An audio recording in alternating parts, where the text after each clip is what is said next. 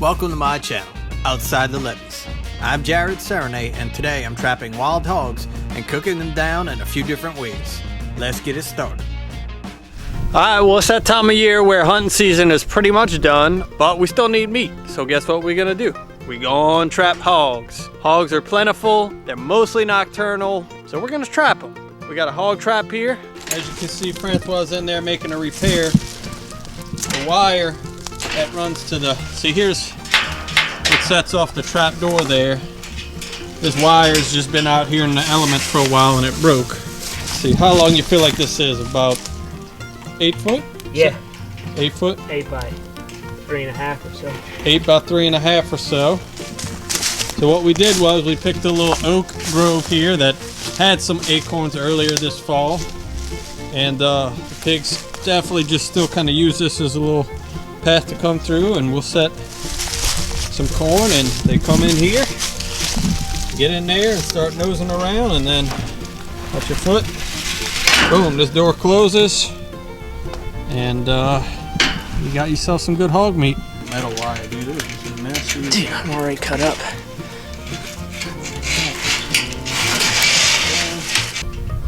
That's probably good, huh? Yeah, it was never like super tight. Give it a little test run. We'll go in there and see if we can trip it. Alright, so there's the pig. He goes in. Oh, what's this delicious stuff to eat? Watch your feet. Okay, go. Oh, you in trouble now. You're in trouble now. Alright, let me out.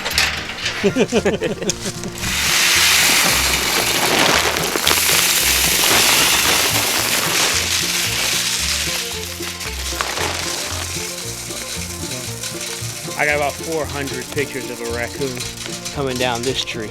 Oh, you kidding? And I wanted to see if he was up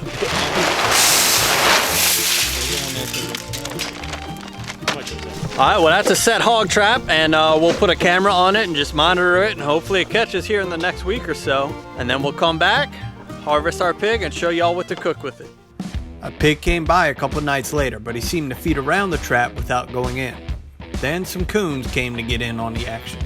And finally, in the early hours of the morning, he made the fatal mistake of going in the trap.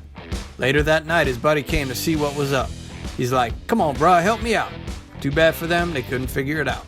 Alright, well, thanks to technology, we know we've got a pig in this trap. We run a cell phone camera on it, but finally one of them messed up, made the mistake, and he's in it. It's a big boar. I know what y'all are thinking. Oh, there's no way you can eat that big boar. They nasty, they stink. I'm gonna prove y'all wrong. We're gonna do it right now. Let's go have a look at it.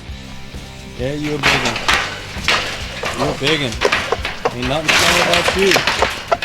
Ooh, stinks. You stink stinky, as Jesse says. Trying your best, ain't you? Yeah.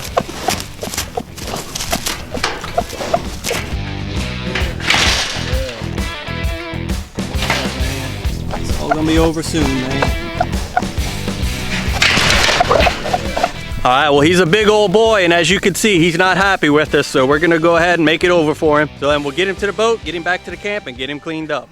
Well, we just got him back to the camp, and we've got a lot of work to do cleaning this pig. He's a big one, and if you know, those big ones take a while, and they'll dull your knife down. Well, thankfully, I called in a ringer. I got my buddy Stephen Bateman here, and Stephen is the owner of Down the River Forge. He builds all kinds of custom knives. He brought one of his special Marsh Series knives here today that thankfully I'm gonna probably walk away with, so thank you, Stephen. But I'm gonna let him explain his business a little bit better because he knows it. He's also an Army veteran, so if you get a chance, go down in the comments below, thank him for his service, and please, please, please go check out his business, Down the River Forge, on Instagram. All right, what's up, guys? Stephen Bateman here with Down the River Forge. What I have here today is my Marsh Series blade. This is a 1084 high carbon steel blade, coming in at about 9 inches in overall length. The blade, the actual blade length, is about 4.5 inches, handle's about 4.5 inches. Some really good jimping on the spine there for an extra grip. And then on this particular blade here, I have a really cool houndstooth micarta handle. So micarta, if it gets wet or if it gets bloody while you're, dressing your animal, it maintains that grip. So I like the 1084 steel. It retains an edge very well. Dealing with these big tough pigs, it's important to have a really tough steel that will maintain an edge. So that's why I roll with the 1084. All right, so we got plenty of work to do. Now, I'm not gonna show the cleaning here on YouTube. There were some rumors going around that something like that could get you demonetized, so we're not even gonna take a chance on that. But if you wanna see it and you wanna see us cleaning the animal using the knife, head on over to Steven's Instagram, Down the River Forge. We're gonna have plenty of clips on there of us using the knife, putting it to the test, talking about it, and showing how we clean this big boar. So we're gonna get to work cleaning this pig. The next thing y'all will see is hopefully the cooking. Alright, you hear that sound? I know what y'all are thinking. Crawfish, but nope, that's not what we're doing today. We're cooking our wild hog boudin in this crawfish pot with the crawfish burner. Francois also got some cubed up hog meat right here. He's gonna cook down in the gravy on the cast iron while we're doing this. So hopefully by the end of it, we'll have a nice little feast. So right now, all I'm doing is I got the lid on. We got probably the pot filled up about 1/3 of the way, and we're trying to get up to a rolling boil. We got a good bit of hog meat here. 16 pounds are gonna go in there and cook down for a couple hours. So right now, I'm just trying to get that water to a rolling boil. What you doing there? Just mixing this, seasoning this diced up boar shoulder meat with some Cape Fred. Shoulder meat? Shoulder meat.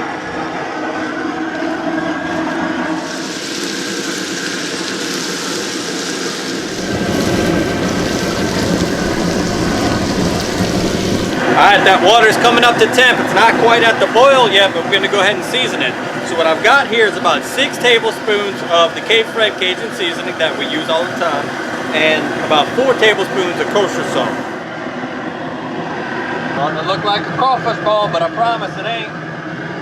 Now, I will say this, if you're watching and you've got any good leads on a better sponsor for a better crawfish pot or burner that can get this done quicker, I'm all ears, baby. You can come on into Outside the Levees tomorrow. Somebody like Rocket Pot or something that gets it boiling fast. We want you. We need you. So come on with it. Almost ready to go in with the rest of this meat. Don't want to crowd.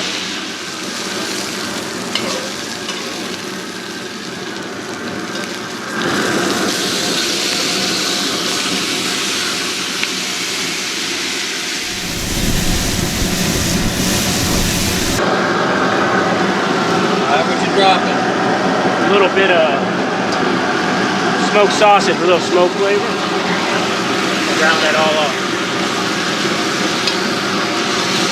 So now we're gonna go ahead and start dropping our hog. That's all from that big wild hog. We tasted it. It's fine. I know he smelled pretty good in the trap and when we were cleaning him, but we're good to go. So I'm gonna start dropping it.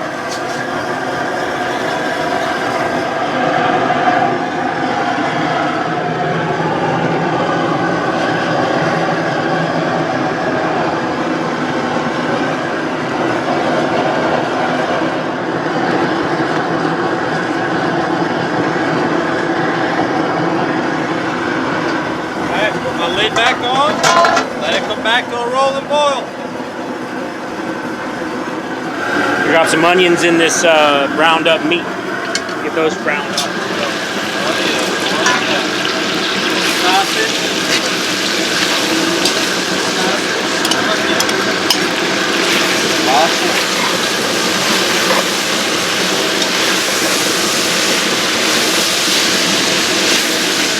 That'd be great. About some kind of stock, some homemade stock. We don't know what animal? Probably chicken. Probably chicken.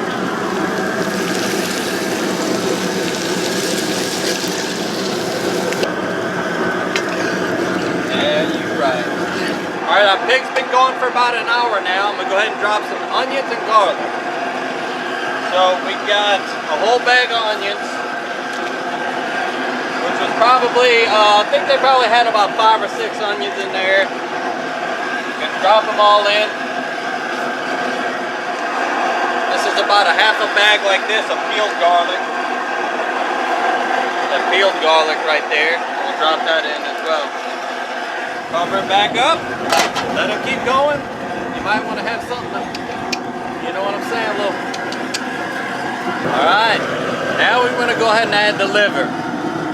Liver is an essential ingredient in boudin.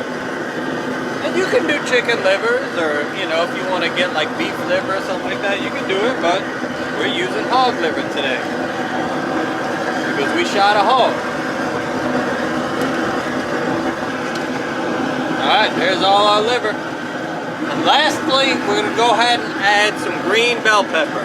So we'll add some bell pepper. I think we did 4 total here. We did 4 total. Alright, y'all.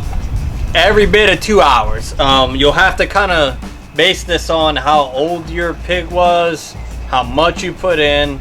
We had obviously a mature male, so we needed to cook it longer. So ours was 2 hours. But if you get, you know, a younger pig, 60, 70, 50 pounds, whatever it is, you probably don't need to do this as long. We wound up having to do it pretty long. So let's see what we got. I'm gonna do just like crawfish. I'm gonna pull it up.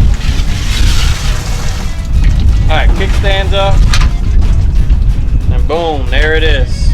So we're gonna let that cool down a good bit, and from there we're just gonna get it in the grinder and start making some boudin. All right, so we got all of our meat out the pot, deboned. This is all hog meat here, okay? And then up here in the tray is vegetables and liver.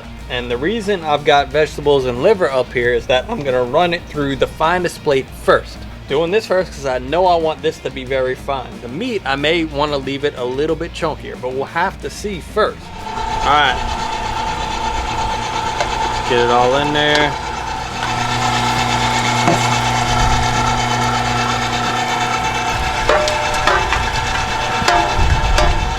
All right, so our liver and veggies are finishing up. All right, so what I'm gonna do is a test run on the meat here and make sure it's to the consistency that I like. If your meat is just complete mush, that means you need to go up a plate. Let's see what we get. It's pretty good. All right, so we'll do the rest. All right, we did probably 2/3 of it on that really fine plate. So now I'm just gonna switch plates, and we'll go with a plate that'll allow us to grind a little bit bigger pieces. All right, let's finish up the rest. All right, we got the new plate on there. Let's start dropping everything else in.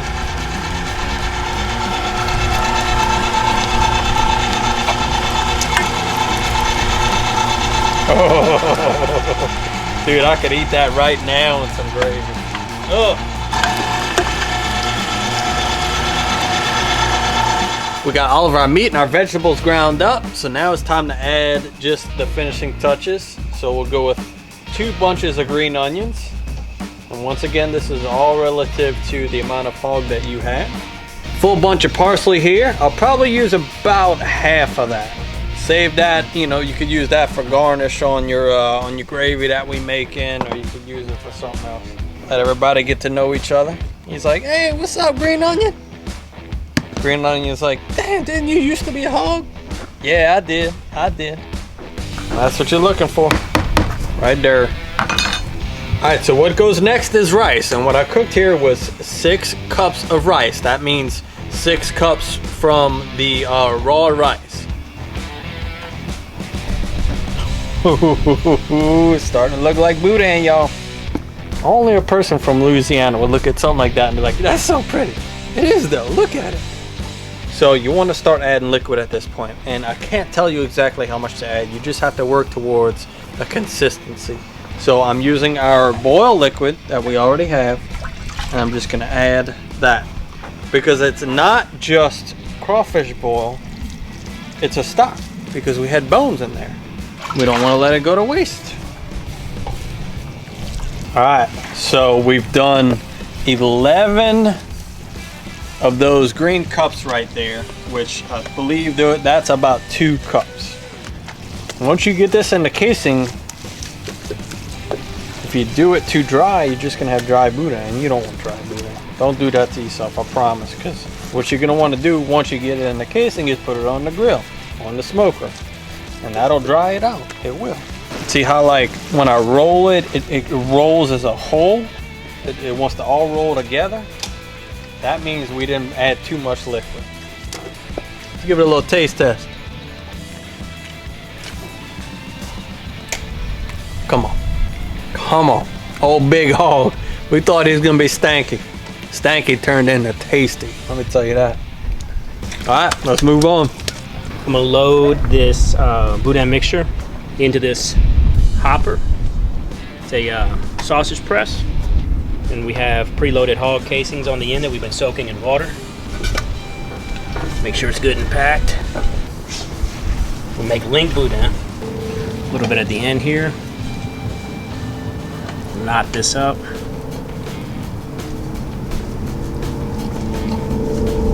Just hold a little tension because we want the boudin casing to fill up. Let it slide up. Oh, it's boudin boy! Just let it slide right off. Oh, it's boudin boy! Grill, smoker, any way you like. All right, we're getting to the end of this run. Give it a knot. And then you can either leave it in a roll like that for the grill. We can take it and pinch, go one direction, pinch the other direction. Looks right to me. All right, so I'm gonna do what is my favorite thing, which is boudin balls. And to do this, you really need for your boudin mixture to cool off. So I'll set it in the freezer, I'll let it get nice, and I'll let the temperature come down. And then you just kind of go and just like a meatball, and you make, a little ball just like a meatball, and it's nice and cool. You do not want to do this with hot boudin. Don't do it. It'll just turn into mush when you go to fry. So we go from the boudin ball into egg wash. From egg wash into Italian breadcrumbs. And that's what you're looking for there. We'll do a few of those. Got my oil nice and hot. Time to drop them. Boom. That's what you're looking for right there.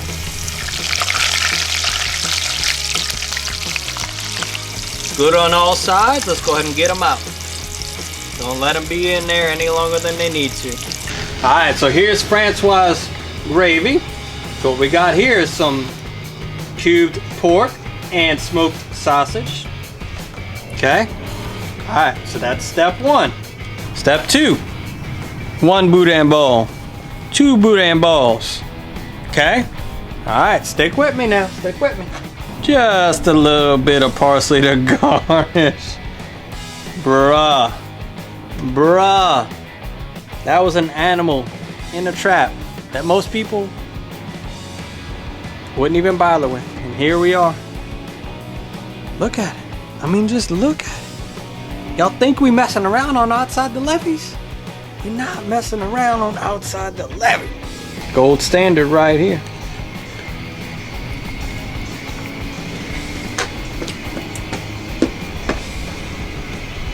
What Sanford used to say, hold on, Elizabeth, I'm coming. Hold on, Elizabeth, I'm coming. That's it, you done. You done. I don't know what else to say. I really don't. So, all I'm gonna say at this point, subscribe, like the video, click the bell. See y'all soon.